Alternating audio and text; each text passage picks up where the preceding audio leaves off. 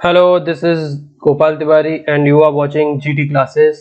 This is the best place to grow up and आज हम देखेंगे 26 जुलाई 2020 के डेली करंट अफेयर्स के वीडियो जो कि इसमें फॉर्म में होते हैं, जो कि एमसीक्यूज में आते हैं। तो चलिए आइए डिस्कस करते हैं और आज देखते हैं आज का पहला क्वेश्चन। लेकिन उससे पहले अगर आपने चैनल को सब्सक्राइब नहीं किया, चैनल को जरूर सब्सक्राइब कर लें, साथ ही नोटिफिकेशन बेल को दबाना ना भूलें। इसके अलावा वीडियो को लाइक करना भी ना भूलें। इससे क्या होता है, हम लोगों का मोटिवेशन होता है वो काफी हाई हो जाता है आपकी एक लाइक से। तो लाइक करने में आपका कुछ जाता नहीं है, आप इजीली लाइक भी कर सकते हैं। इसमें कोई भी बड़ी चीज नहीं करनी है, आपको सिर्फ वीडियो को देखते समय वीडियो को लाइक करना है। तो पहला क्वेश्चन है कि जो भारत में ऐसे कौन से पहले मुख्यमंत्री जो कोरोना पॉजिटिव पाए गए हैं। तो जयराम ठाकुर है, शिवराज सिंह चौहान है, नवीन पटनायक है, कोई नहीं। तो कौन है ये मुख्यमंत्री? ये है मध्य प्रदेश के मुख्यमंत्री शिवराज सिंह चौहान, जो कि हाल ही में कोरोना पॉजिटिव पाए गए हैं। जो कि बताया जा रहा है कि अभी लखनऊ में जब लालजी टंडन जी को देखने गए, जब उनके अभी हाल ही में निधन हो गया था, तो उनको जब देखने गए तो कहीं ना कहीं शिवराज सिंह चौहान अपने एक मंत्री हैं उनके अरविंद भदौरिया जी, तो उनके संपर्क में आने से कहीं ना कहीं ये भी कोरोना पॉजिटिव हो गए। इसके अलावा जयराम ठाकुर अभी वर्तमान में कहाँ के हैं? तो ये हिमाचल प्रदेश के मुख्यमंत्री हैं। नवीन पटनायक वर्तमान में उड़ीसा के मुख्यमंत्री हैं। नेक्स्ट क्वेश्चन है कि भारत ने किस देश के साथ लगभग $400 मिलियन का करेंसी स्वैप के समझौते को आगे बढ़ाया है?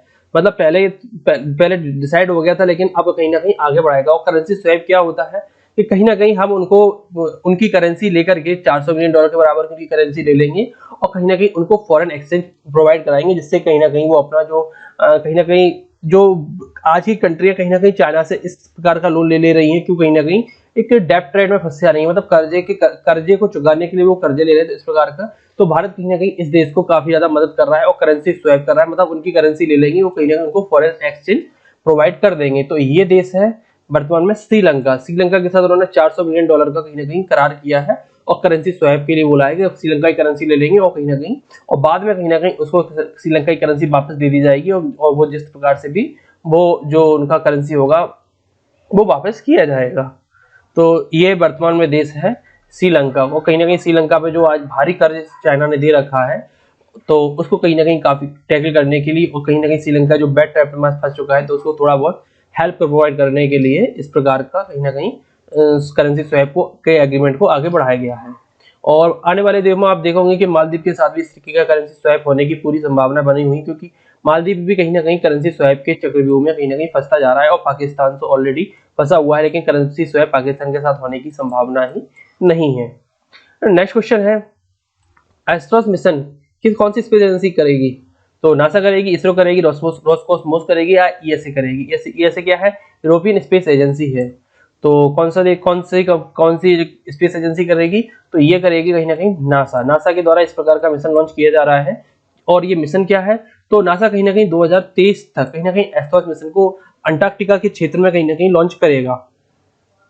और कहीं ना कहीं इसका काम क्या होगा कि जो एयर करंट फ्लो है, अर्थात जो एक, और इसका आकार लगभग एक फुटबॉल के स्टेडियम के आकार का बिल्कुल होगा, लगभग उसी के आकार का एक बैलून होगा जो कि स्ट्रेटोस्फीयर के ऊपर कहीं ना कहीं छोड़ा जाएगा। उसके ऊपर जो कहीं ना कहीं वेवलेंथ्स जो बहती हैं, जो अभी तक डिटेक्ट नहीं हो पाई, जो अंटार्कटिका के ऊपर बहती है, तो उन चीजों को कहीं ना कहीं डिटेक्ट किया जाएगा। इसके ऊपर जो जायंट स्टार होते हैं, जो बड़े बड़े स्टार होते हैं, तो उनकी जो फॉर्मेशन किस प्रकार से हुई है मिल्की वे में, तो कहीं ना कहीं इस पर भी कहीं ना कहीं ये प्रकाश डालेगा। इसकी भी डिस्कवरी कहीं ना कहीं एस्ट्रोस मिशन के द्वारा की जाएगी। तो एस्ट्रोस मिशन आपको याद रखना है कि कहीं ना कहीं ये नासा के द्वारा अभी वर्तमान में लाया गया है।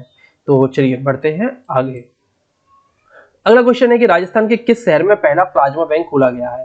तो आप लोगों को पता है कि भारत का पहला प्लाज्मा बैंक दिल्ली में खोला गया था, लेकिन यहाँ पे क्वेश्चन है कि राजस्थान में भी और इसके अलावा महाराष्ट्र ने भी इस प्लाज्मा बैंक की तो कदम बढ़ाए, क्योंकि दिल्ली में इसके परिणाम काफी ज्यादा अच्छे देखने को हमें मिले हैं। और दिल्ली में तो लगभग 200 यूनिट तक का प्लाज्मा कहीं ना कहीं स्टोर करने का बैंक खोला जा चुका है। तो राजस्थान के कौन से शहर में प्लाज्मा बैंक खोला जाएगा? तो ये शहर होगा हमारा जयपुर। जयपुर में प्लाज्मा बैंक की स्टार्टिंग कर दी गई है। इसके अलावा आपको भीलवाड़ा पता होगा, भीलवाड़ा मॉडल काफी ज्यादा स्टार्टिंग कोरोना का जब स्टार्ट हुआ था तो भील वाला मॉडल काफी ज्यादा चर्चा में रहा था, और धीरे धीरे करके कहीं ना कहीं भारत में सारे के सारे मॉडल आज ध्वस्त होते जा रहे हैं। लेकिन वर्तमान में दिल्ली एक उम्मीद की किरण के रूप में उभर रहा है, क्योंकि वहां पर लगभग जो रिकवरी रेट है वो लगभग 85% तक पहुंच चुका है। मतलब आज की डेट में अगर दिल्ली में देखा जाए तो दिल्ली में लगभग 10 से 12 हजार ही एक्टिव केस बचे हुए हैं इसके, जो कि सब देश में सबसे कम है एक्टिव केसों में, क्योंकि दिल्ली एक टाइम पे सबसे ज्यादा कहीं ना कहीं डेली की डेली वहां पे काफी ज्यादा केसेस निकल रहे थे, जो कि काफी खतरनाक था, लेकिन दिल्ली ने काफी अच्छे से उसको टैकल किया है। चलिए नेक्स्ट, एक किताब आई है overdraft saving the Indian saver नामक इस पुस्तक किसने लिखी है? तो रघुराम राजन ने लिखी है, उर्जित पटेल ने, सुब्रमण्यम स्वामी ने, मनमोहन सिंह ने। तो किसके द्वारा overdraft saving the Indian saver नाम की पुस्तक लिखी गई है? तो ये लिखी गई है कहीं ना कहीं भारत के पूर्व गवर्नर उर्जित पटेल के द्वारा। रघुराम राजन भी पूर्व गवर्नर है, मनमोहन सिंह भी कहीं ना कहीं आरबीआई के पूर्व गवर्नर है, लेकिन उर्जित पटेल ने के द्वारा ये पुस्तक लिखी गई है। और इसमें कहीं ना कहीं उन्होंने कहीं ना कहीं जो आरबीआई की आजकल जो ऑटोनॉमी है वो लगातार उस पर जो घटती जा रही है, तो उस पर कहीं ना कहीं चिंताएं जाहिर की हैं इस पुस्तक में। इंटरनेशनल सोलर अलायंस का जो 87वां देश बना है तो वो कौन सा बना है? तो फ्रांस बना है, दक्षिण अफ्रीका बना है, चीन बना है, निकारागुआ बना है। तो देखिए फ्रांस और दक्षिण अफ्रीका तो कहीं ना कहीं इनके फाउंडर कंट्रियों में आप बोल सकते हो कि जबकि जो इंटरनेशनल सोलर अलायंस है वो कहीं ना कहीं भारत ने फ्रांस के साथ ही जो पेरिस क्लाइमेट हो रहा था 2015 में, तो इसी के साथ कहीं ना कहीं ये भारत ने फ्रांस के साथ मिलकर के इंटरनेशनल सोलर अलायंस बनाया था। और एकमात्र ऐसा इंटरनेशनल सोलर अलायंस, एकमात्र ऐसा कहीं ना कहीं एक इंटरनेशनल ऑर्गेनाइजेशन है जिसका मुख्यालय कहां पर है? तो भारत के गुरुग्राम में स्थित है। तो 87वां देश कौन सा बना है? तो ये देश बना है हमारा निकारागुआ। और निकारागुआ की लोकेशन क्या है? तो आप देख सकते हैं ये है ये उत्तरी अमेरिका है। और आप देखेंगे ये पूरा का पूरा हिस्सा यहाँ से कहीं ना कहीं दक्षिण अमेरिका पड़ता है। और इसके जस्ट ऊपर आप देखेंगे कोस्टा रिका के ऊपर देखेंगे तो ये जो एरिया है ये है हमारा निकारागुआ। तो ये बिल्कुल इसे जस्ट बोल सकते हैं कि ये 0 डिग्री है और ये कहीं ना कहीं 23 डिग्री है, तो इसके बीच में पड़ता है। तो मतलब यहाँ पे जो सूर्य की किरणें हैं वो काफी अच्छी मात्रा में मिलती हैं। तो ये कहीं ना कहीं सोलर अलायंस का पार्ट बनने के लिए बिल्कुल परफेक्ट कंट्री एक तरीके से आप बोल सकते हैं। हालांकि बहुत सारी कंट्रियां ज्वाइन कर रही हैं, लेकिन आप इन कंट्रियों को काफी अच्छा बोल सकते हैं। तो इंटरनेशनल सोलर अलायंस का ये कहीं ना कहीं 87वां देश अब बन गया है। नेक्स्ट, टीना डॉबी ने हाल ही में किस बैंक के रूप में मानद सलाहकार के रूप में ऑनररी एडवाइजर के रूप में कहीं ना कहीं नियुक्त किया गया है? टीना डॉबी जो कि एक आईएएस ऑफिसर भी रही हैं, जो कि अभी राजस्थान में वर्तमान में पदस्थ है। तो किस बैंक का मानद सलाहकार है, एक डंडा इसमें नहीं आया, चलिए कोई नहीं, ऑनररी एडवाइजर बोलते हैं इसको। तो किस बैंक में नियुक्त किया गया है? एआईबी है, AIIB Asian infrastructure investment bank, जो कि 2015 में चाइना की गवर्नमेंट के द्वारा कहीं ना कहीं इसको एस्टेब्लिश किया गया था। एडीबी है एशियन डेवलपमेंट बैंक, इसको 1967 में एस्टेब्लिश किया गया था। ब्रिक्स बैंक और आरबीआई बैंक। तो किसका मानद सलाहकार ऑनररी एडवाइजर नियुक्त किया गया है? तो ये बैंक है कहीं ना कहीं ब्रिक्स बैंक। और ब्रिक्स कहीं ना कहीं जो बैंक है उसमें 5 देश हैं, ब्राजील है, रशिया है, इंडिया है, चाइना है और साउथ अफ्रीका है। ये कहीं ना कहीं जो 4 देश है ये इसके को फाउंडर बोल सकते हैं। और ये साउथ अफ्रीका कहीं ना कहीं 2010 में इसमें ऐड हुआ है, 8 या 10 में ऐड हुआ है, आप लोग देख लीजिए। और टीना को कहीं ना कहीं ऑनररी एडवाइजर नियुक्त किया गया। ये टीना डॉबी की तस्वीर है और ये वर्तमान में राजस्थान में पदस्थ थी। चलिए नेक्स्ट क्वेश्चन है, काकरापार परियोजना किस राज्य में स्थित है? तो राजस्थान में है, गुजरात में है, महाराष्ट्र में है, तमिलनाडु में। तो किस राज्य में स्थित है? ये परियोजना कहीं ना कहीं आप देखने की मिलेगी, ये गुजरात राज्य में स्थित है।